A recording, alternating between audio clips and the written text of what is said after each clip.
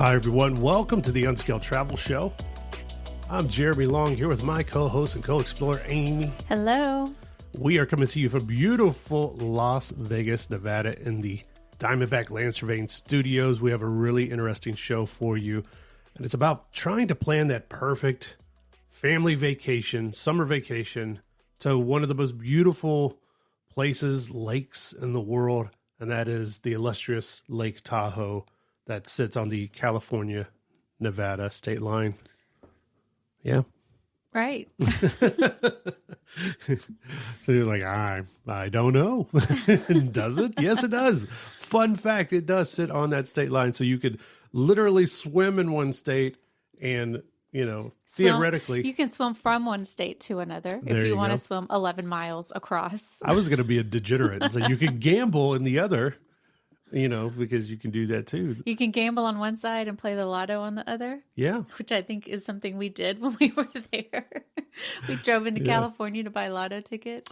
In fact, they used to, I don't know if it's still open or not. They used to have a casino that sat right on the state line. And I think it was called the Cal Nev Casino or something like that. And you could gamble on one side of the casino, and on the other side, you couldn't because of state laws. Remember when we went, we drove by there and it was closed at the time.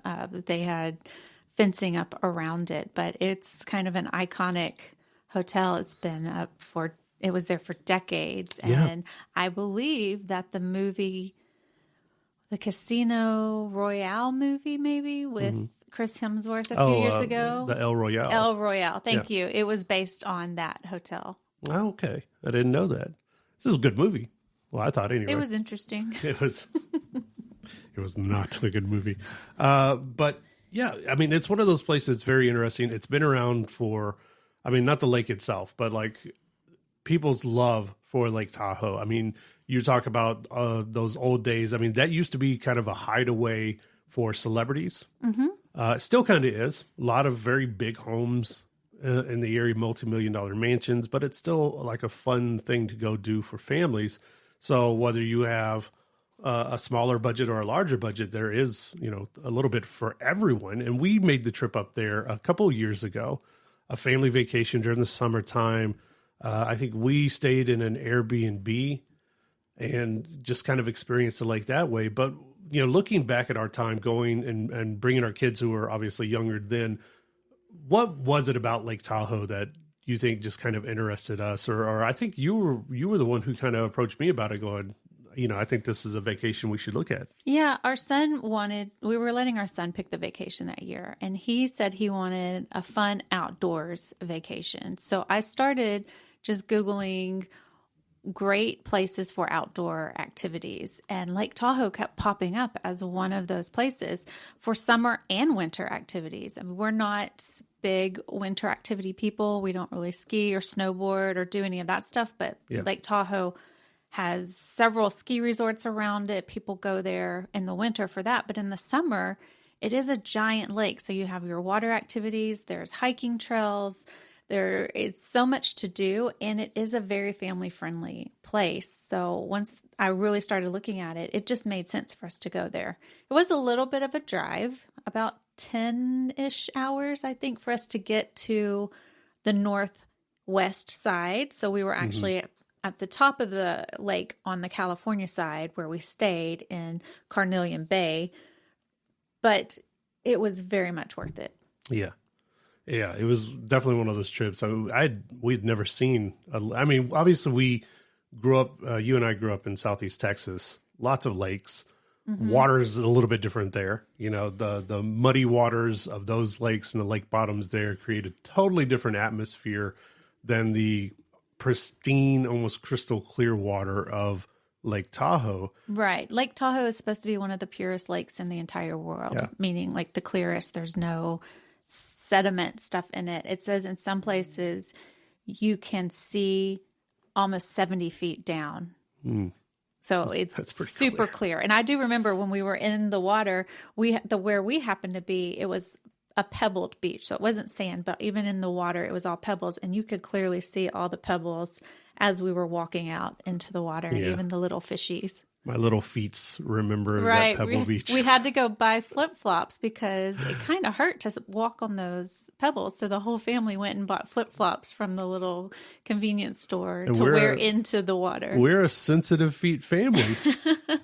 I think I was the one crying the most, man. But you mentioned, I mean, Lake Tahoe is huge. It's like 22 miles long, I think, and at its widest point, I think 14 miles wide. So people often refer to Lake Tahoe in the north and the south. And they do have different vibes, the north and the south. Right. From that little drive. But like driving around it can be a task because there's really only, I think they've been trying to widen it in recent years and do some construction work. But during busy times, that drive around the lake on that road, the smallest little hiccups can like push travel times. I don't know if you remember when we were driving in, there was construction happening around Incline Village, which is the northeast side on the Nevada side. And we ended up having to drive up a mountain and back down because the one road that connects around the lake was blocked. And it kind of, that's part of why it took us so long to get to where we were staying because of construction. Yeah. That drive through the mountains kind of haunts my dreams. I don't like heights to begin with. And then you just kind of get lead foot. I am not a lead foot through the mountains. And you were just like, whatever, precious cargo on board. She flew around the corners. I was not flying. I was driving with the rest of the traffic. You just are a nervous passenger. I am. But you're not a great driver either. So really, you should have just been asleep in the back seat and let me just handle it. I'm not. I complain 24/7. And also I drive like an 80-year-old woman, which is offensive to 80-year-old women because they drive better than I do. You don't really pay attention is the problem. No, I'm the guy singing. I got the music on and You're singing. You're easily distracted. I'm bopping. I'm pointing out obvious signs, like a sign. I'm like, "Ooh, look at that! Look over there, kid! You see that giant lake? It's a giant lake." You know, I point out obvious things. Here's some trees, but it is. I don't even know where I was going. Obviously, the lake has a long history. It's a naturally occurring lake. It's been around for millions of years. I think the Washoe tribe Indians found it sacred. The first written, I think, observation about the lake was John Fremont.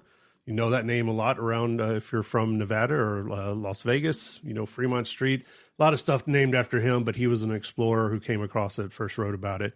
And then the earlier history, well, I guess a history just a couple of decades ago, the 1960 Winter Olympics were held in the area in now what they call Olympic Valley, which really put it on the worldwide map as a ski haven and a resort kind of area. And, you know, even before that, it was popular, but after that, the popularity just kind of exploded. And, you know, now we have it and it's still extremely popular. Even we were there middle of the week. I mean, I think we were there for 7+ days, but middle of the week, it was super popular. Right. Days, and our daughter lives in Reno, and she said a lot of her friends drive over to the lake on the weekends. It's only about an hour and a half drive just to go hang out on the lake or in the winter go skiing. So a lot of people in the area, like that's what they do. Very outdoorsy. It's very outdoorsy. So, you know, as we continue with the show, we're going to give you some of our picks on places to stay and eat, especially with those oh so picky little ones, and then things to do. There's all kinds of stuff to do, even if you don't want to be on the water, which, okay, well, why'd you pick a lake? But, you know, even if you don't want to do that, there's still so much to do and other little day trips you can take with your family to places around like Carson City and Truckee and all these other wonderful places, even Reno. We'll give Reno some love. I like Reno. It's the biggest little city in the world. We're talking about Lake Tahoe, summer vacations, summer family vacations. Keep it right here. It's Unscaled Travel Show.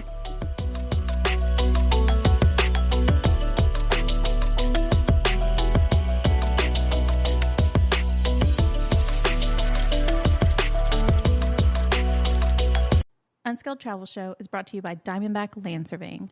For all your land surveying needs, contact Diamondback Land Surveying at 702-823-DBLS.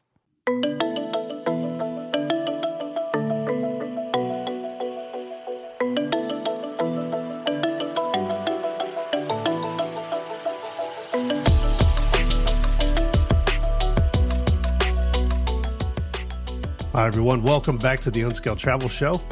I'm Jeremy Long here with Amy. Hi. We're coming to you from beautiful Sin City, Las Vegas in the Diamondback Land Surveying Studios. Remember, for all of our past episodes, interviews, all of that, unscaledtravelshow.com, or you can follow along with us on Insta or Facebook. Or YouTube.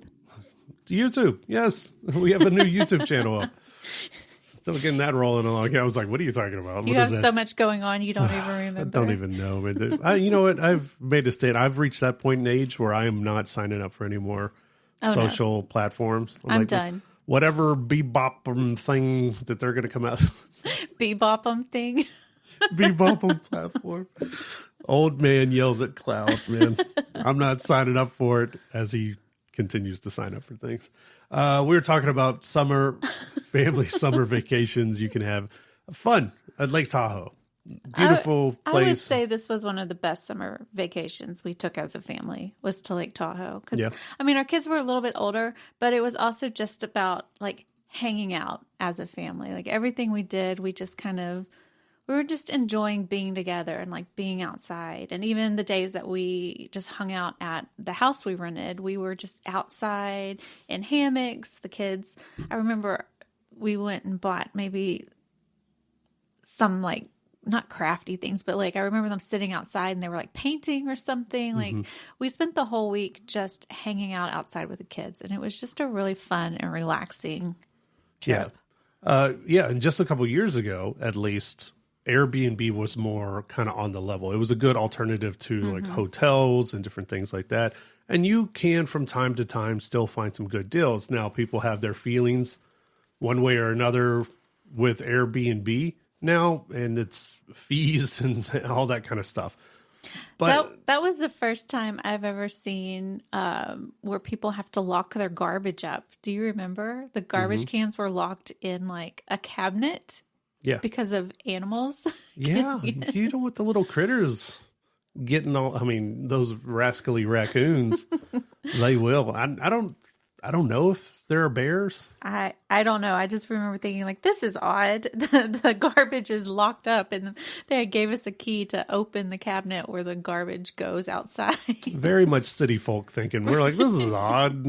Why is this happening? But yeah, that is a good point of like, being outside the entire week, not necessarily being down at the lake, but it's built up in such a way. And I know for locals there, it's always a constant battle between overdevelopment and everything like that. But it's not, most places around the lake aren't overly developed, which makes it fun. It gives you a little sense of disconnection from the world and things like that, if that's what you're trying to do.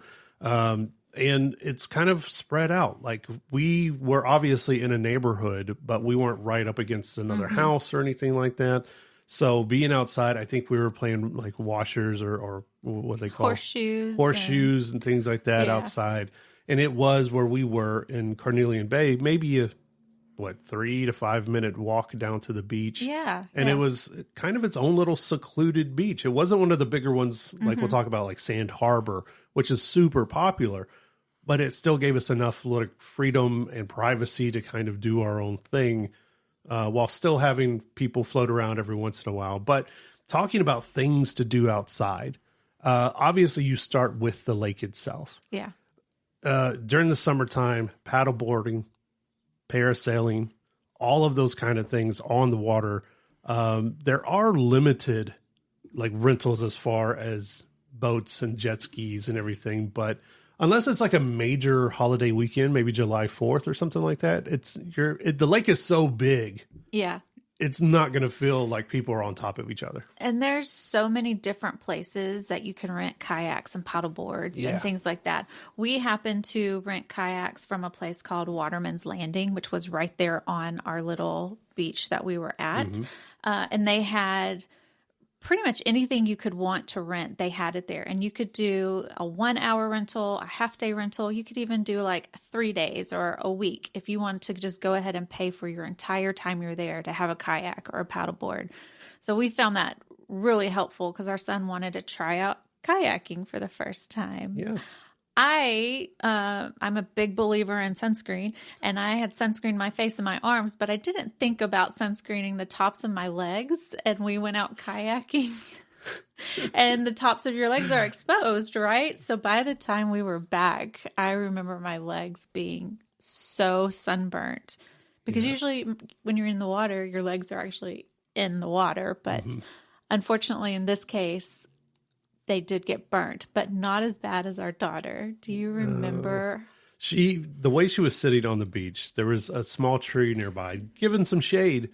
But she was sitting there with her sunglasses, and I guess she fell asleep, or she just kind of was sitting there or whatever. But the sun was hitting right across her face. And when she woke up, she looked like Two-Face. She looked like a Batman villain. And for the next day or so, like it was pretty bad. It did, and it peeled on that one side. Oh, I felt so bad for her. So just people, use your sunscreen, wear your hats. If you're going to be in a boat or paddle boarding, make sure you think about your legs, because sunburn is not fun, and nobody wants to have a sunburn on their vacation. Or do like I do. I use, you know me, I get one of those full body suits. Like it's 1910. You go in your swimming jeans. Mud swimming jeans. Yeah, my mud swimming jeans. They're good for that. They're excellent for paddleboarding as well. But I mentioned really popular beaches such as like Sand Harbor. Sand Harbor is, if you get a picture of Lake Tahoe, or you go on Google and say, just put in Lake Tahoe, more than likely one of the first pictures that's going to pop up are the clear, like crystal clear waters with the rocks underneath, and the water looks this bluish green color, and it's gorgeous, and it is super popular, and it's called Sand Harbor, and it's, there for a reason, right? Where you're going to find the majority of the people. It's almost first come, first serve. It is, yeah. And it's not almost, it is. It's first come, first serve. So it fills up very quickly. We were lucky one day to go there early, and it filled up super quick. So you kind of have to be selective about the beaches and everything else. Like if you're going to commit, especially if it's a holiday weekend, I say you got to get there early. And that's some advice. I think you need to plan your trip, whether you're on the north side of the lake or the south side. And if you're wanting to go to one of those popular beach locations, you have to get in early so you have some prime beach access, because there are a lot of different beaches to choose from, but the popular ones are popular for a reason, right? So, and even though the lake is huge, each of these beaches are kind of small. So there's not a lot. You don't have miles and miles of beachfront. Yeah. It's not like going to Hawaii and you got the white sand beaches and everything else, and it's just a big strip of land. They're kind of little coves almost. Yeah. That's probably a better description of it. The opposite side, because that's Sand Harbor is on the northeast side of the lake. The opposite of that, diagonally across like the southwest part, is maybe Emerald Bay State Park. It's super iconic. It has family-friendly trails and all kinds of stuff like that. But you're also going to find people there. And a lot of people. Beautiful views. If you can get in, it's beautiful. It's definitely worth stopping by. Stay with us. We're looking at Lake Tahoe. It's an Unscaled Travel Show.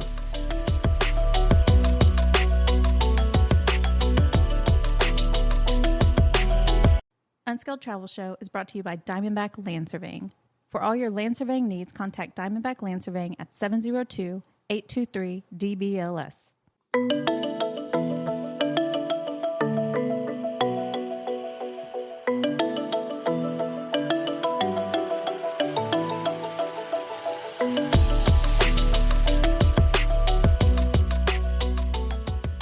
Hi, everyone. Welcome back to the Unscaled Travel Show. Jeremy Long here with my co-host, Amy. Hello. Remember, unscaledtravelshow.com. Past episodes, interviews, all of that. We have mentioned Lake Tahoe a number of times in a number of different episodes throughout the duration of our show since we've been on air, and it's no wonder why. I think one of our winter adventure episodes, it's very much known for that. But I think a lot of people who may not be from the area might misunderstand what I think summer at Lake Tahoe means. Yeah. We talked about how big, and it's the depth of the lake is over 1,600 feet deep. Oh, I didn't know that. It's so big and it's so deep that it has a constant temperature throughout the year. At the bottom of the lake, it's not freezing. It's like 39 degrees at the very bottom, and it stays around 68 degrees at the top. And that's throughout the year. I remember it being chilly, and we were there in the middle of summer. So it was scorching hot. And then you got in the water and you were, not freezing, but it's chilly. Yeah. Yeah. It was quite a bit different. And then in the wintertime, it's the same temperature, so it's actually, it might feel a little bit warmer when it's snowing outside. So, there's all kinds of things to do, and you can go there no matter if you're wanting to relax, get away, disconnect, put your phone down for a little bit, or you got the kids with you and you guys want to go out and have some of these little adventures and travel around the lake, and every part of the lake is just a little bit different, has a different vibe to it. We were just talking about Emerald Bay State Park, which is on the southwest side of the lake. Well, there, a lot of people outside of locals know it well, but they have a nice little hidden castle. Castle? A castle. Oh. It's called Viking's Holm. Okay. Viking's Holm was built and completed in 1929, so it's almost 100 years old. But it's a place in the state park you can kind of go and explore, and kids really love it because it may not look like Cinderella's castle necessarily, but it is a fun thing to kind of go do. And you get a good mix, I think, of this little architectural curiosity with these beautiful, views of the lake and everything. Right. Well, I think when you travel with kids or you vacation with kids, you always have this idea of, it's just going to be fun and relaxing. But most kids need to be somewhat entertained, I would say. So like when ours were younger, we would kind of plan to go do something at least once every day of vacation. Yeah. So like this would be one of those things we're going to go do. We're going to go to the state park. We're going to see this castle, and then we're going to spend the rest of the afternoon out at the beach kind of thing. So I can totally see taking the kids to the castle and letting them explore, especially because we don't have many castles in the U.S. So it's not something they're going to see every day. Yeah, we got this whole thing about kings. I don't know. Another really wonderful, like newer thing, and this is always fun for everyone of all ages, but Tahoe Treetop Adventures. I love these. The Treetop Adventures are exactly what it sounds like. So these are rope courses and zip lines that are hung up high in the trees around. I think they have a couple of locations around the lake. But the Treetop Adventures, I mean, if you've ever been on a ropes course or you've done zip lining, then you know how much fun, this kind of stuff is, and just how, I'm a big kid, so I love, and I'm also a big chubby kid. So I also love zip lining and adventures, even though I don't like to leave the ground. So like it is a good mix of fun and kind of thrilling adventure, a few feet off the ground. It's not super high. And it's for the whole family. I mean, it says that you need to be 6 years old or above to do these courses. So maybe not if you have really little ones, but if you have older kids or teenagers, this might be one of those really fun things to do. And they have a few different like courses, almost like obstacle courses. So you can kind of make it a little family competition, see who's in the best shape or who gets across the fastest. Who survives. That's what you're trying to say in a friendly way. Who can survive it? Another thing is just around the lake in general.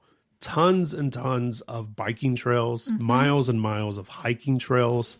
One of the bigger ones, or more popular ones, is the Truckee River Bike Trail.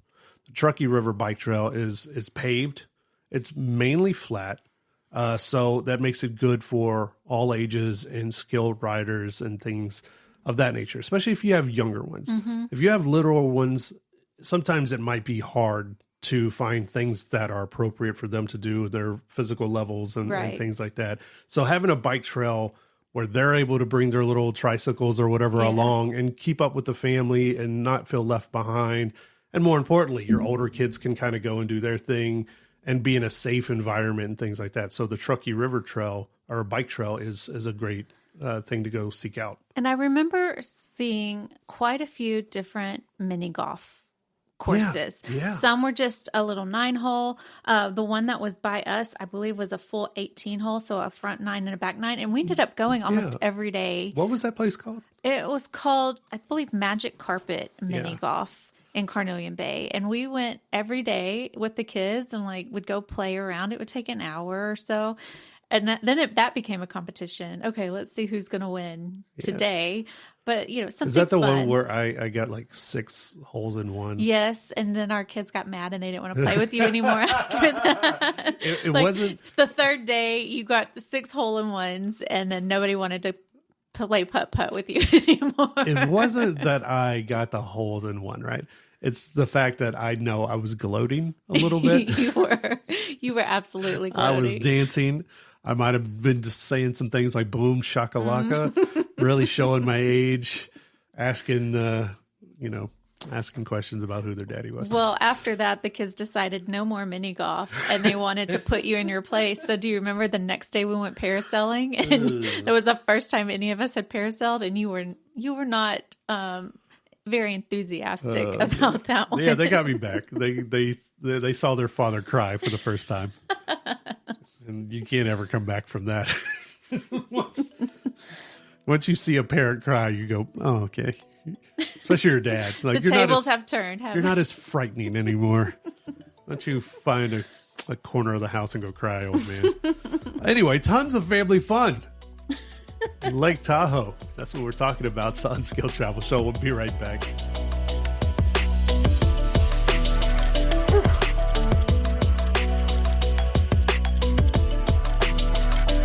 Unscaled Travel Show is brought to you by Diamondback Land Surveying.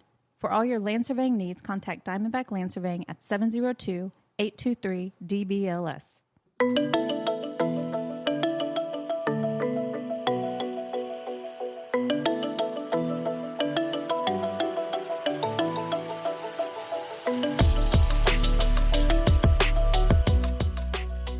Hi, everyone. Welcome back to the Unscaled Travel Show.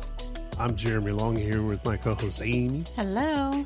We are in beautiful Sin City, Las Vegas in the Diamondback Land Surveying Studios, but we are talking about gorgeous Lake Tahoe that sits on the California-Nevada state line, and it has for years and years been the playground of celebrities and even infamous celebrities such as gangsters and mobsters back in the 20s and 30s when prohibition was a thing, to, the hideaway of rich and famous back in the day. And now everyone just kind of goes. And it's a fun thing to kind of do, right? So we've been talking about things to do when you are planning your family vacation to Lake Tahoe, summer vacation anyway. There are a number of things around the lake that aren't necessarily hidden anymore. But they are, what's that phrase? Off the beaten path, right? Or what's your other favorite phrase in the world? Hidden gems. Hidden gems. Just, makes me want to cry when people say that. But these hidden gems that are, not hidden anymore, can still make your experience a little bit better because not that many people outside of the locals or the visitors, the constant visitors to the lake area really know about. Mm-hmm. They don't get published or publicized too often, which is good. I like it, even though I'm about to publish. We're about to expose all those hidden gems, right?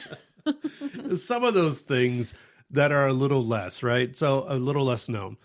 Things like we mentioned earlier about the Vikings home, the castle you can go visit with the younger ones and everything. There's even things like if you want just like a couple of hours to do something, a museum, right? There's a Hellman-Airman Museum.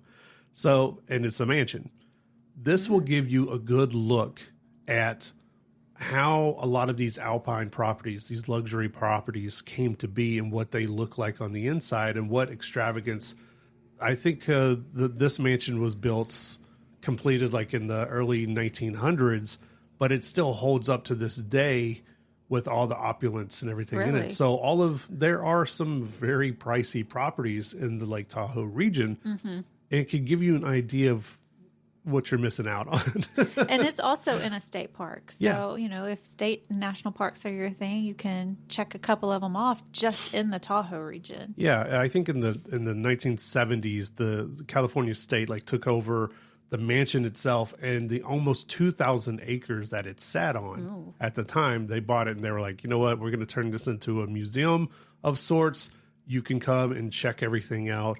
And I think it's fun to go visit. Maybe if you have a little bit older kids, or you just want to go to the state park region and really just kind of get another view and see how the other half lives, man.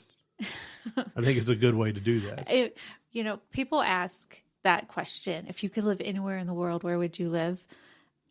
Lake Tahoe is at the top of my list. I won't say it's number one, but it is in the top 5 of if money was no object and I could live anywhere, Lake Tahoe is one of the places I would have a house, because it is so beautiful and the weather is pretty nice. I mean, and you have these great summer activities, great winter activities, and just that being in the nature aspect of it. Like, I love it. I think it's gorgeous. Yeah. You talk about it often.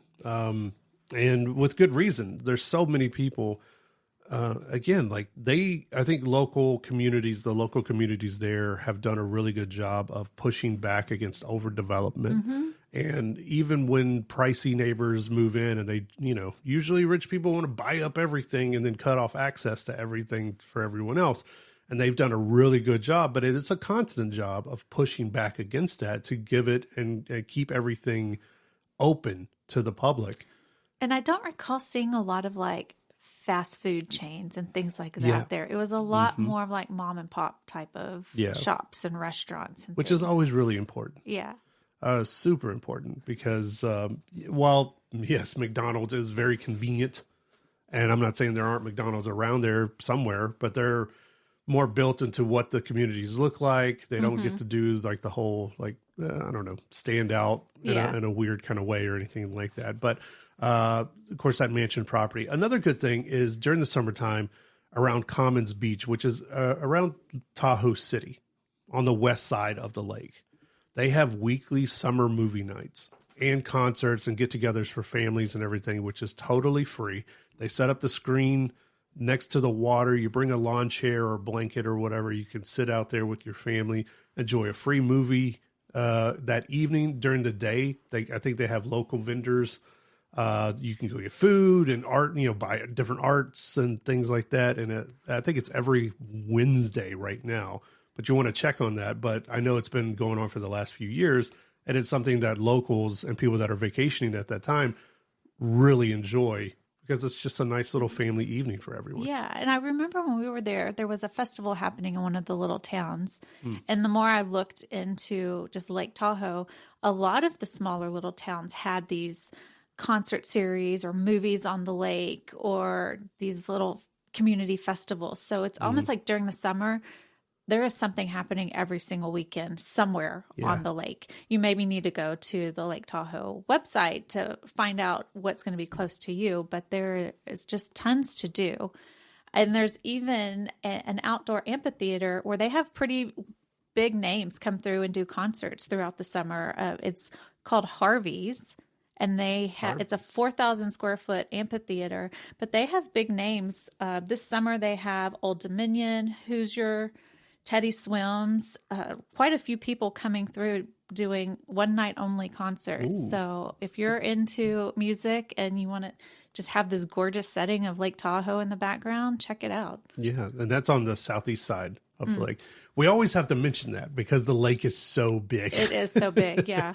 If you just say it's at Lake Tahoe, I mean, people are going to be upset because like where? Usually people do say North Lake Tahoe or South Lake Tahoe, just to kind of give you an idea of range, what part of the lake we're talking about. And during we talk again about those popular months, peak travel seasons and popular weekends, July 4th and such, those kind of things, gives you an idea of how much time you need to give yourself to travel to certain places. Because again, there's not a highway system around the lake. No.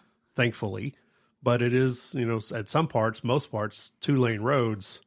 So it takes a little time to get places. And parking can be an issue. That we found that out because we tried to stop by there this last summer at South Lake Tahoe, and they were having a festival, and there was nowhere to park. There was a huge festival, and people were just looking at us like, where do you think you're going, buddy? I was just like, nowhere. We were just driving through, apparently. We just kept driving. It's the Unscaled Travel Show. We'll be right back. Unscaled Travel Show is brought to you by Diamondback Land Surveying. For all your land surveying needs, contact Diamondback Land Surveying at 702-823-DBLS.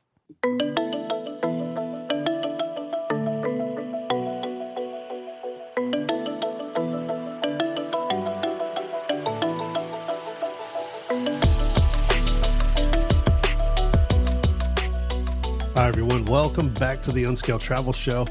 I'm Jeremy Long here with my co-host Amy. Hello. We're talking about beautiful Lake Tahoe and how hopefully giving you some good suggestions on, planning your next family summer getaway to, gosh, man, one of the most beautiful lakes in the entire world. I don't mind saying, I will go on record saying that, Lake Tahoe. We dream about it all the time. We talk about it. Oh, man, if we just get those winning lottery numbers from California, because we don't have it here in Nevada. But we're talking about some of the best hidden places, not really hidden, but just like fun things to do that aren't hugely overly publicized.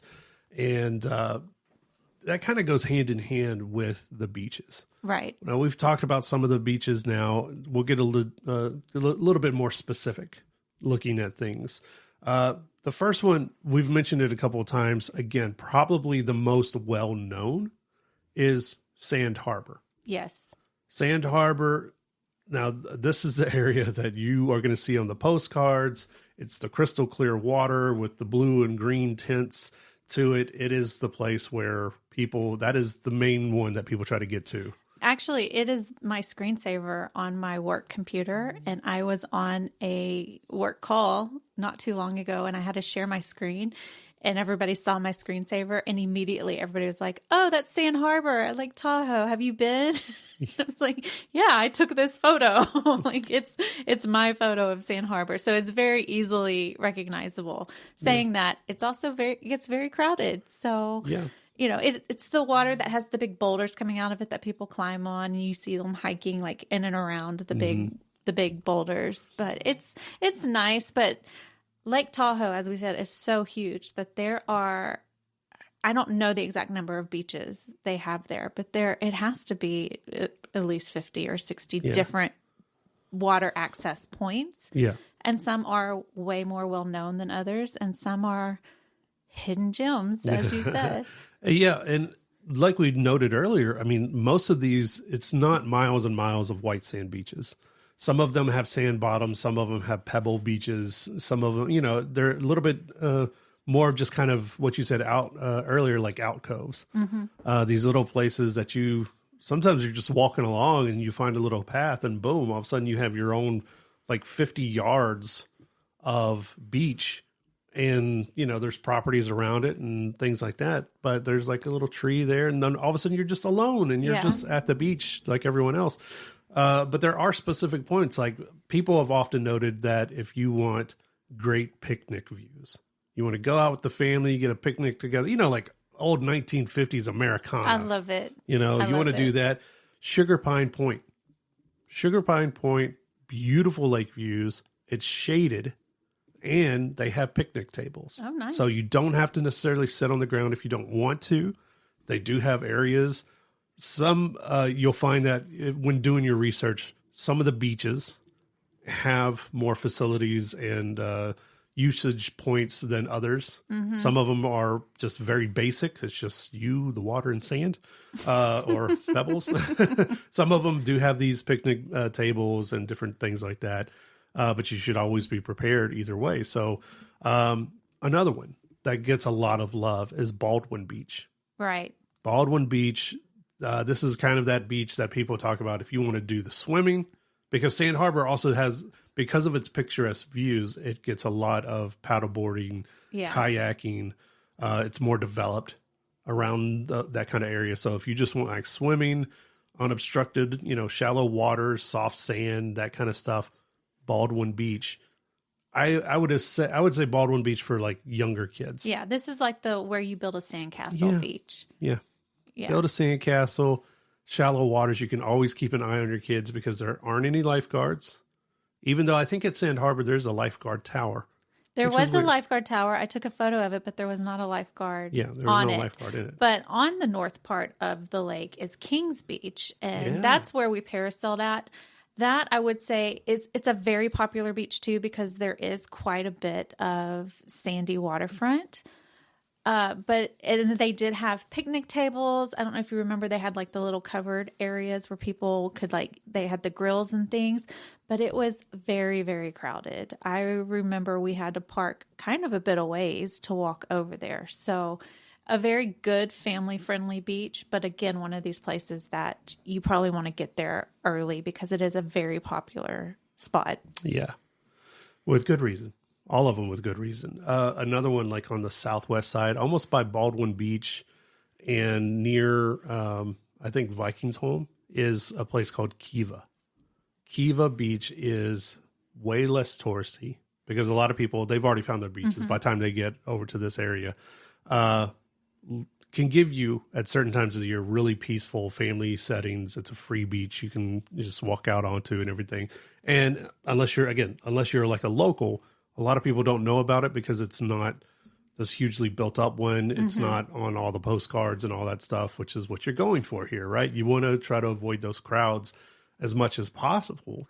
Yeah, and if you're traveling with your beloved furry baby, Kiva Beach is one of the few dog-friendly beaches on Lake Tahoe. Yeah. A lot of the beaches, they don't want other animals on the beach for safety reasons, but Kiva Beach is a dog-friendly beach. You do have to have your dog on a leash, but they are welcome at this particular beach, and most of the others do not.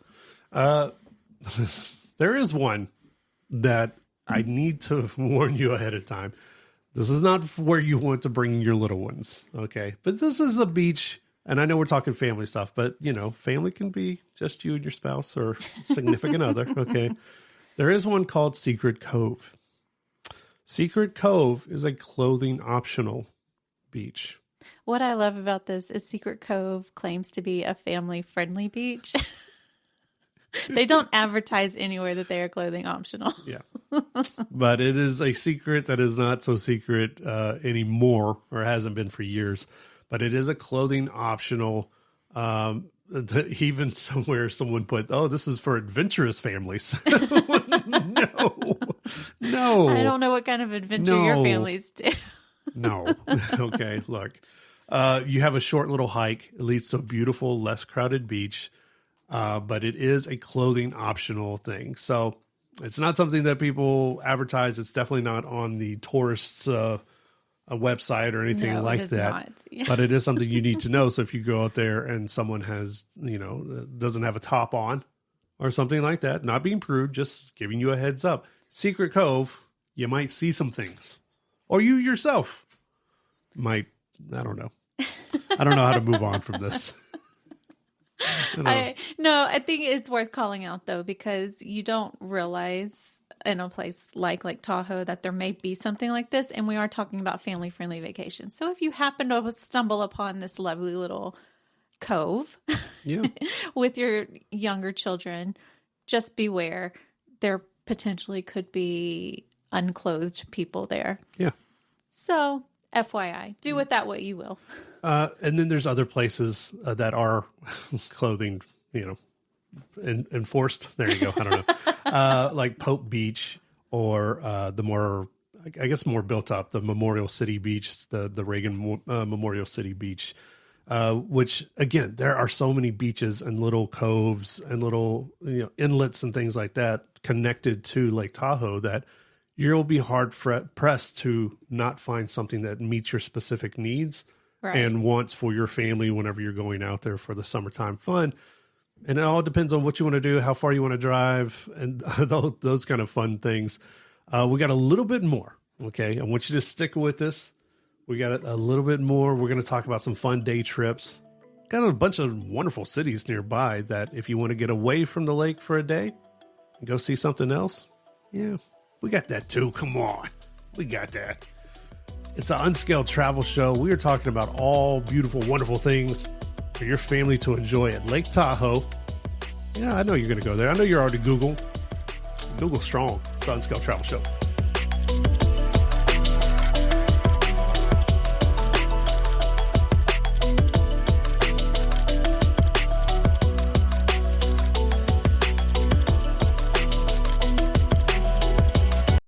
Unscaled Travel Show is brought to you by Diamondback Land Surveying.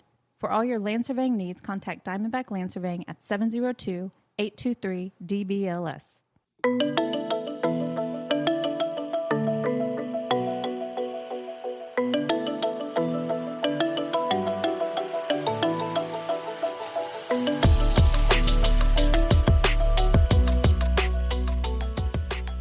Hi, everyone. Welcome back to the Unscaled Travel Show. I'm Jeremy Long here with my co-explorer, Amy. Hello. Coming to you from beautiful Las Vegas, Nevada in the Diamondback Land Surveying Studios. We're talking about summer family fun, summer adventures that all can be yours at Lake Tahoe that sits there on the California-Nevada state line. Always gives it an interesting feel, that state line, being in California, which has its own vibe, and going into the northern part of Nevada, which has this kind of like Old West feel to it, almost, you know, two different feels, a lot of great day trips, nearby adventures that you and your family can have if you're just new to the area and you're just trying to get a sense of what, you know, how all these blends of different vibes and peoples and everything over the years have created this kind of its own little micro atmosphere in the United States, you know, micro ecosystem, I guess. And when we were driving up there from Vegas, I knew it's basically a forest with a lake in the middle of it. I expected it to get green and scenic way sooner than it did, because we were driving through Nevada, which is desert. And then it kept thinking, like, we're getting close. Shouldn't we start seeing trees and mountains? And it really isn't until you're almost up on the forest itself. Like it doesn't expand that far out on the Nevada side. I think it does more on the California side. It's more scenic and forested. But on this side of the lake, really, you have your forest that's right there surrounding the water, and then it just goes straight into desert, it feels like. It really does, man. Those darn Sierra Nevada mountains, those are the ones you got to pass through from the Nevada side into the California side. And really, it's like night and day. Because on, like you said, on that one side, you have on the California side, you have Tahoe National Forest. Just a few hours away is Yosemite, which is a very short drive. And then, you know, you open up into Sacramento and go down to the valleys. But there's so many national forests in that area. I mean, I guess it's one continuous one. Yeah. But if you look at it, it's like, okay, there's the El Dorado National Forest, Tahoe National Forest, all of these places that you can go and find adventures in. And then Nevada, it's like arid and flat and brown. It is. But it's fun. There's different things to do, but it is. It's two different feels, though. So if you are exploring outside of Lake Tahoe region itself, maybe that's something to keep in mind. What exactly are you looking for? You mentioned our daughter lives in Reno, and it is not a far drive at all. Lots of kids from the university and from the town drive into Tahoe on the weekends and spend their weekends there. What a wonderful time. I know. I felt a little bit cheated. I'm a little jealous right now. We grew up in flat Southeast Texas, and here they are, like, you know, going to Lake Tahoe for the weekend. But Reno, being right there, it's probably the biggest city in the immediate, like, 1 hour radius. We've done past episodes on Reno. Great place to go hang out, gamble, if that's your thing. And kind of have that Vegas without the Vegas kind of vibe. That's Reno. A lot of history around that area as well, as far as the development of the Western states and all of that stuff. Yeah. The thing I found interesting about Reno was finding out that the Pony Express used to go through there, and they had those little markers on the street. No, I did. I thought that was really neat piece of history that I didn't know. Another smaller town is Truckee. It's just north of the lake, depending on the drive or whatever. It's an hour or so away. But Truckee has a long history, and it was named, of course, for the Truckee River that flows from Lake Tahoe to Pyramid Lake, and then eventually goes into like Reno and stuff. But the actual city of Truckee has this beautiful downtown, historic downtown area. They have things like a train museum. They got all kinds of hiking and rock climbing, wine. The wine in the region. There you go. It's starting to get into wine region and wine country up in that area. Good for, you know, going out with the family, getting a little wine. Getting a little wine with the family. Get a little wine with the toddlers at 11 in the morning, that kind of stuff. But they also, just fun. Like, I know we're talking summer, but in the wintertime, they have like the dome camping. So you can sit out there under the stars and like in the snow and all of that. So you can find all kinds of stuff like that, like glamping in the area. Right in Truckee, and it's a beautiful city to kind of go figure out what you want. It's more of the outdoor activities too. I think there's horseback riding. They have rock climbing trails. They have their own other, like you said, a river. So there's other little like water activities you can do, but it's just a fun location away from Lake Tahoe, but it still has kind of that vibe of just really like nature, outdoors. Yeah. It's what they call a 4 seasons destination. So there's something to do in every single season. It doesn't really shut down. But something we didn't call out earlier is some of the activities and things for summer, they do close in the winter. Yeah. And vice versa. Some of the winter activities are closed during the summer. So depending on when you want to go, or if you're kind of going in between 2 seasons, you will want to check and see what stuff is open at that particular time. Yeah. A lot of the activities do remain seasonal. And just because it's warm doesn't mean they have specific dates. So you do have to go online and check when these activities are going to be open. But if you're in that in-between time, or you're wanting summer activities, and it's maybe a little bit closer to winter, some of these smaller towns, like you said, like Truckee, Reno, these different places do stay open, are these 4-season towns. And you can find what you're looking for. It might be a little bit away from the lake, but you're still going to find some good adventures to, partake in. And yeah, but like if you're going to go to, we'll just say, because where we stayed was Carnelian Bay, if you're going to go in January, the mini golf outdoor might not be open. Right. So just kind of keep that in mind based on your season, what activities and venues will be open and what may be closed for the season. I know on the Nevada side, we've had lots of adventures. We've gone to Carson City, Virginia City.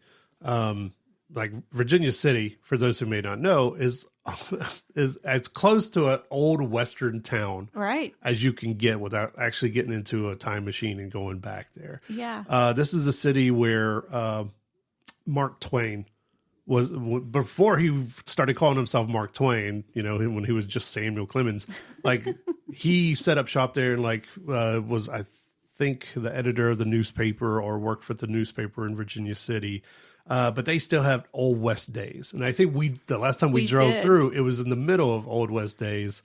And we're like driving our car down Main Street and people are taking pictures of us because what are we doing there? I might have been driving on the sidewalk. I don't know. No, it was so crowded. There was nowhere to park. The street was lined with parked cars. Full. Every parking lot was full. We actually had to drive outside of the city before we even found a parking space, but we were going to have to walk back in like a mile and a half or something. It was a far walk. But yeah, it was really cool though. I was taking pictures of the buildings, but because it was Old West days, a lot of people were in period piece clothing. Yeah, they had a sheriff walking around. It adds to the whole feel of it. But if you're going on one of these weekends, you need to get there early or be staying in Virginia City because parking will be an issue. Or just, put your hiking shoes on and realize you're going to hike into town, which is well worth it. Stagecoach rides and all kinds of fun stuff, man. And it surprised me because I had only recently read up, I guess, on Virginia City, and for us to pass through it and all of a sudden just see all of these people descended to get this Old West feel was crazy. Carson City, of course, is like the capital. I'm aware of Nevada. Okay, now I'm telling you, I'm telling the people listening. Like, a lot of people go, "What's the capital of Nevada?" Las Vegas? No, it's not. It's Carson City. Which, why would you need to know that? I don't know. Maybe you're on Jeopardy. But they have tons of state museums. Children's Museum, the Children's Museum of Northern Nevada, which is always fun for kids to go in and have these interactive exhibits and things like that. So, just tons of fun little day trips. And I mentioned, but you pointed out to me the closeness of Yosemite and these different parks on California side. Sacramento, for some reason, if you want to go out there, just a few hours away by car. And so there's just always adventures to be had, whether you're on the lake and want to do that kind of stuff, or you just want to see what the area is about and get away from it. Yeah, I think Lake Tahoe is one of those places, like there's so much to do there, but if you are into day trips, kind of like we are, there are a lot of options. You just kind of need to figure out what are you looking for in your day trip and go from there. Is there a number one thing that you would point out to people and say, while you're there, you have to try this? Oh, I don't know. I think that depends on what people are into. I know you were going to say parasailing. I almost did, but I know you hate it. That was the first thing I thought, though. I saw that smile on your face. Thanks for joining us, the Unscaled Travel Show. We'll see you guys next time.